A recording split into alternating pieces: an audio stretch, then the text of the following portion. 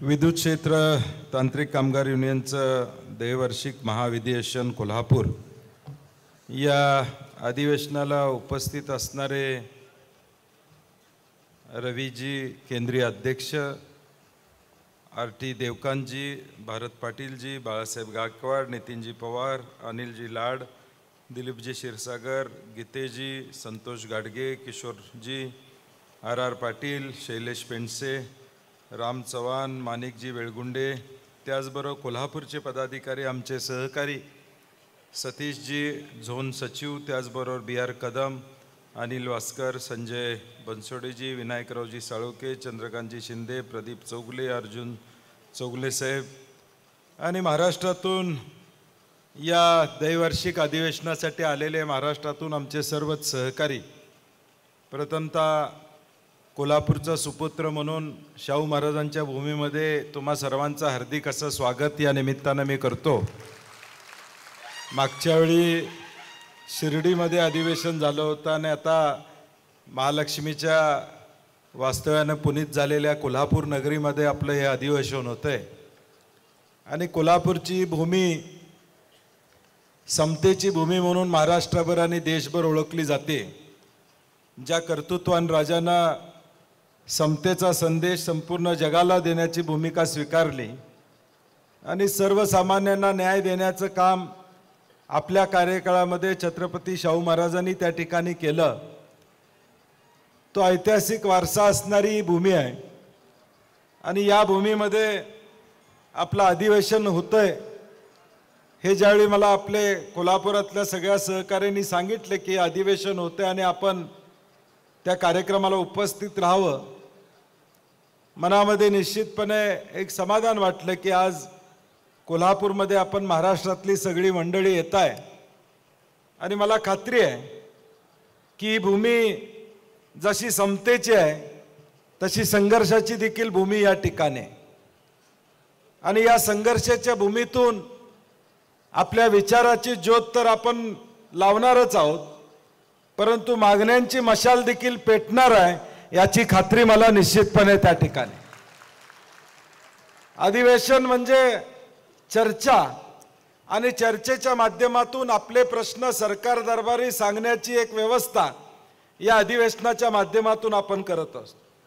सर्व पक्षीय लोकांना आपण अधिवेशनामध्ये बोलवतो त्याच्या मागचं कारणच असतं की सगळ्यांनी आमचे प्रश्न समजून घ्यावेत, विधिमंडळाच्या माध्यमातून शासन म्हणून ते पूर्ण व्हावेत अशी साधारणपणे अधिवेशनातली अपेक्षा असते।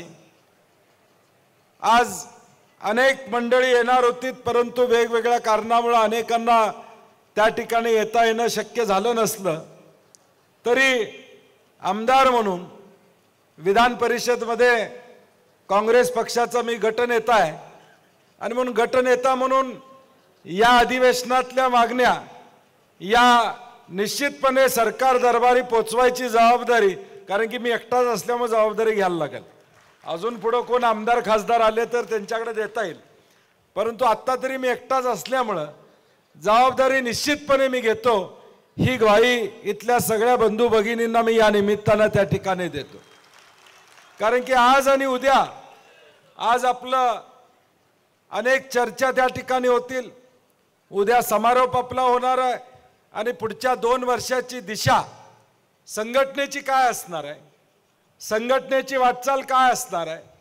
मागच्या काळामध्ये 47 वर्ष झाले या संघटनेला, मागच्या काळामध्ये संघटनेनं काय काय केलं त्याचा अहवाल सगळी मंडळी आपल्यासमोर पुढच्या काळामध्ये या ठिकाणी ठेवतील आणि मागचं पान पुढं ओलडून आता भविष्यकाळात आपल्याला कुठल्या दिशेने जायचं आहे हे सगळे प्रमुख नेते मंडळी जे नेतृत्व करतात ते सांगण्याचा प्रयत्न निश्चितपणे या ठिकाणी करतात। वीज मंडळ त्याची झालेली वाटचाल, पूर्वी MSEB एकच होती, नंतर त्याचे 3 विभाग या ठिकाणी झाले, त्याचा फायदा झाला का तोटा झाला याची चर्चा अजून चालूच आहे, ती चर्चा काही संपलेली नाही। परंतु या सगळ्यामधून किमान या राज्याच्या प्रगतीमध्ये आज वीज हा एक महत्त्वाचा विषय त्या ठिकाणी आहे आणि या राज्याच्या विकासामध्ये प्रगतीमध्ये वीज मंडळाचं कार्य हे निश्चितपणे उल्लेखनीय असं आपल्याला सर्वांना या ठिकाणी म्हणावं लागेल। कारण की शेवटी एखाद्या राज्याची औद्योगिक प्रगती कधी होते, कृषी प्रगती कधी होते, भौगोलिक परिस्थिती आहेच, पाणी पाहिजेच, जमीन चांगली पाहिजेच, परंतु शेवटी वीज ही महत्त्वाची आहे। आणि सुदैवाने गेल्या अनेक वर्षांमध्ये राज्यकर्ते असतील, तुम्ही असचिला, तुम्हा सगळ्या माध्यमातून किमान हे राज्य स्वयंपूर्ण करण्याचा प्रयत्न गेल्या अनेक वर्षांमध्ये झाला आणि त्याला चांगल्या पद्धतीचा प्रतिसाद तुम्हा मंडळींचा या ठिकाणी मिळाला। माझं नेहमी म्हणणं असतं, लोकप्रतिनिधी म्हणून आम्ही काम करतो, परंतु शेवटी राज्य चालतं ते दोन चाकावर चालतं, विधिमंडळ आणि प्रशासन। शेवटी विधिमंडळात घेतलेले निर्णय हे तुमच्या माध्यमातून अंमलबजावणी त्याची या ठिकाणी होते आणि मग निर्णय घेण्यामध्ये आमचा जसा सिंहाचा वाटा असतो तसा लोकांच्यापर्यंत या सगळ्या गोष्टी पोहोचवण्यामध्ये काम करणाऱ्या कामगारांचाही सिंहाचा वाटा असतो, हे आपल्याला या ठिकाणी मान्य करावं लागेल। आणि म्हणून तुमचं अस्तित्व टिकलं पाहिजे, तुमच्या अस्तित्वाला कुठेही धोका येता कामा नये आणि म्हणून संघटनात्मक ताकद महत्त्वाची असते। संघटनेच्या माध्यमातून तुमचे प्रश्न तडीत जावेत हा उद्देश प्रामुख्याने या ठिकाणी असतो। आज आपण अनेक प्रश्न तुमच्या आमच्या समोर या ठिकाणी आहेत। परवाच मागच्या मला वाटते जानेवारी फेब्रुवारी महिन्यामध्ये आपण सगळेजण सगळ्या कंपन्या एकत्र मिळून संपावर या ठिकाणी गेलो होतो। उद्देश काय होता की आजपर्यंत या कंपन्या शासन म्हणून चालत आल्या, किमान त्यांच्याकडे बघण्याचा दृष्टिकोन शासन म्हणून या ठिकाणी होता, व्यवहाराची आणि माणुसकीची सांगड घालत आजपर्यंत MSEB काम करत त्या ठिकाणी आलं। आता खाजगीकरण होणार असेल तर मग या ठिकाणी व्यवहारच होणार आहे, माणुसकी तिथं असणार नाही, हे मला मुद्दामून या ठिकाणी सांगायचं। कारण की आज ही माणुसकी या क्षेत्रामध्ये ठेवायची असेल तर सरकारनं खाजगीकरणाचा या ठिकाणी जे काय चाललेलं आहे ते थांबवणं ही काळाची गरज असणार आहे। आणि म्हणून पहिला विषय मला वाटते, खाजगीकरणाला विरोध करण्याची भूमिका आपण सर्वांनी स्वीकारलेला आहे, आमचाही त्याला जाहीरपणे पाठिंबा असेल हे मुद्दामून आपल्याला या ठिकाणी सांगतो। कारण की शेवटी ही व्यवस्था आम्ही सगळंच आता ऑलरेडी कॉन्ट्रॅक्ट बेसिसवर माणसं घ्यायला आम्ही चालू केलेलंच आहे। आज सगळ्या गोष्टी सुरू झालेल्या आहेत, उद्या हे सुद्धा झालं तर उद्याचं भविष्यकाळ काय असणार आहे आपण सांगू शकत नाही। आणि म्हणून मला वाटतं हे सगळे प्रश्न येणाऱ्या भविष्यकाळात ग्राहक म्हणून ग्राहकाला देखील येणाऱ्या भविष्यकाळात अडचणीची या ठिकाणी असणार। तुमचं योगदान काय हे या सगळ्यांना या ठिकाणी माहीत आहे।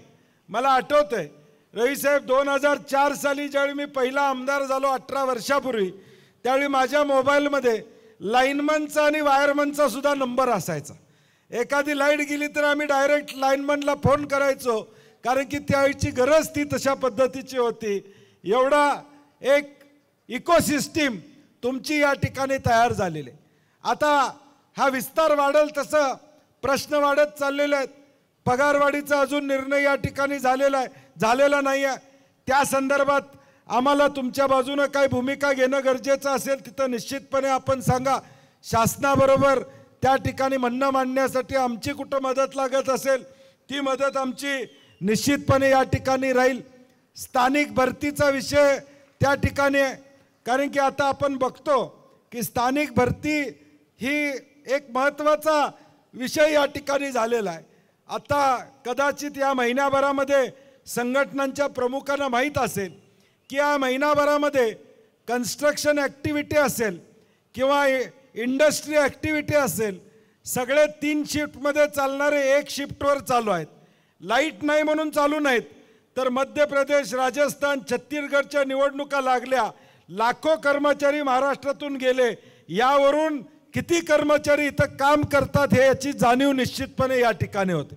आणि म्हणून हे जर भविष्यकाळात या राज्यातल्या तरुणांना रोजगार उपलब्ध करून द्यायचा असेल, त्यांना संधीची उपलब्धता करून द्यायची असेल, तर या ठिकाणी टक्केवारी जी काय स्थानिकांची ती कशा पद्धतीने मेंटेन करता येईल हा प्रयत्न येणाऱ्या भविष्यकाळात या ठिकाणी करावा लागेल।